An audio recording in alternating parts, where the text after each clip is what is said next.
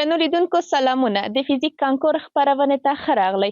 زه خپل درس پیلوو چې عنوان منظم یو نوښته مستقیم الخط حرکتونو پوښتنه حل دی. نو د یو نوښته حرکت د فورمولونو څخه په ګټه اخیستنې څو مثالونه حلوو. یو جسم چې سرعت یې ثابت دی 900 متره فاصله په یوه دقیقه کې وهي. د جسم سرعت د متر پر ثانیې پر اساس محاسبه کړئ. د دې پوښتنې د حل لپاره له وي مساوي کیږي اکس پر ټي فورمول نه کار اخلو. نو وي مساوي کیږي اکس قیمت 900 متره، ټي قیمت 2 دقیقې چې پر ثانیې مو بدلې کړي 120 ثانیې کیږي. نو وي مساوي کیږي له 0.5 متر پر ثانیه سره. که یو منډه وهونکی له 15 متره پر ثانیې ثابت سرعت سره 6 ثانیې منډه ووهي، څومره واټن به ووهي؟ د دې پوښتنې د حل لپاره نو د سرعت له فورمول نه کار اخلو چې وي مساوي کیږي اکس پر ټي.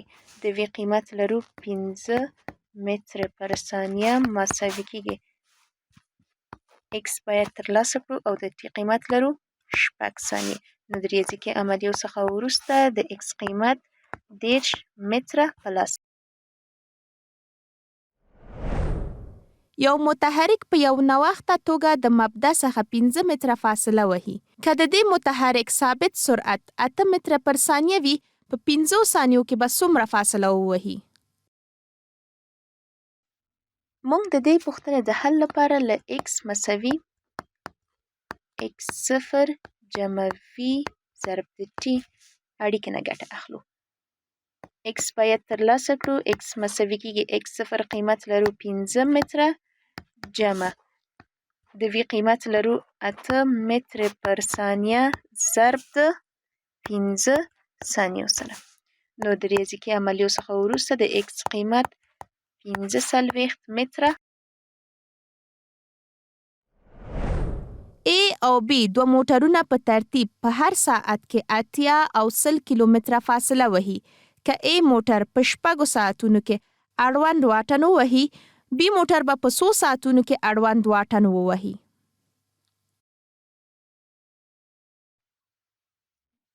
د دې پوښتنې د حل لپاره لومړی باید وهل شوې فاصله ترلاسه کړو.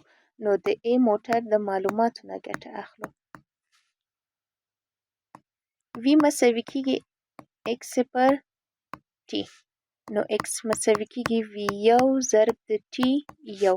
اکس مساوي کیږي د وی یو قیمت 80 کیلومتره پر ساعت ضرب د 6 ساعتونو. نو د ریاضیکي عملیو څخه وروسته اکس ترلاسه کیږي 480 کیلومتره. همدارنګه اوس د بي موټر لپاره مونږ وخت ترلاسه کوو. نو وی 2 مساوي کیږي اکس پر ټي 2. ټي 2 مساوي کیږي اکس پر وی 2. ټي 2 مساوي کیږي اکس قیمت 480 کیلومتره تقسیم پر وی 2 100 کیلومتره پر هاور. نو ټي 2 قیمت ترلاسه کیږي 4.8 ساعت. احمد د دوو کلیو ترمنځ فاصله له وی یو سرعت سره په 20 دقیقو کې وهي. محمود همغه فاصله له 4 متره پر ثانیه سرعت سره په 15 دقیقو کې وهي. د متر پر ثانیه له اړخه د احمد سرعت معلوم کړئ. د دې پوښتنې د حل لپاره لومړی باید موږ وهل شوی واټن ترلاسه کړو. نو د محمود له معلوماتو نه ګټه اخلو. وی مساوي کیږي اکس پر ټي. نو اکس مساوي کیږي وی 2 ضرب د ټي 2. اکس مساوي کیږي د وی 2 قیمت لرو 4 متر پر ثانیه ضرب د 900 ثانیو. نو اکس مساوي کیږي له 3600 متر سره. اوس غواړو چې د احمد سرعت محاسبه کړو. نو وی یو مساوي کیږي اکس پر ټي یو. نو وی یو مساوي کیږي د اکس قیمت مو ترلاسه کړ 3600 متره تقسیم پر T1 1200 ثانیه. نو V1 مساوي کېږي 3 متره پر ثانیه سره.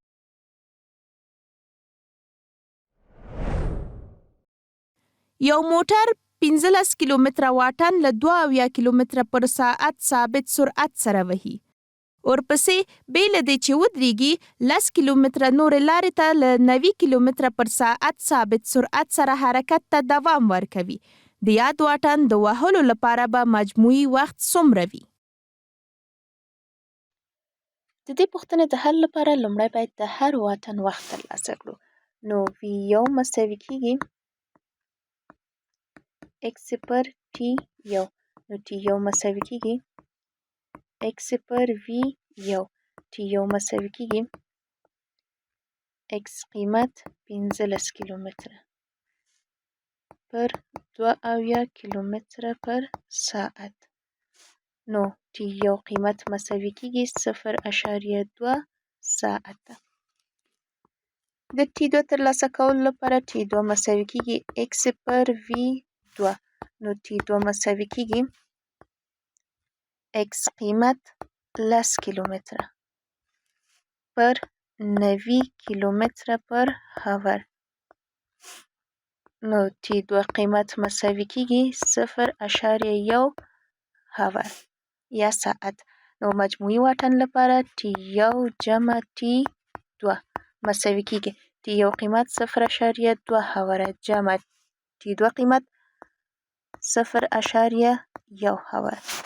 نو مجموعي وخت یا T1 جمع T2 مساوي کېږي د 0.3 ساعتونو سره.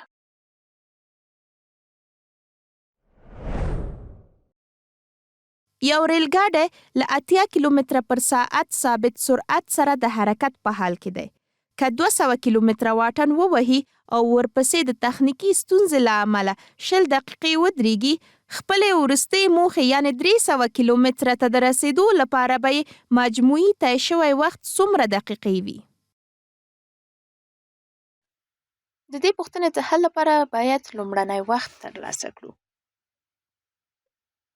V1 مساوي کېږي x1 پر T1. نو T1 مساوي کېږي x1 پر V1. T1 مساوي کېږي x1 قیمت 300 تقسیم پر V1 قیمت 80 کیلومتره پر هاور.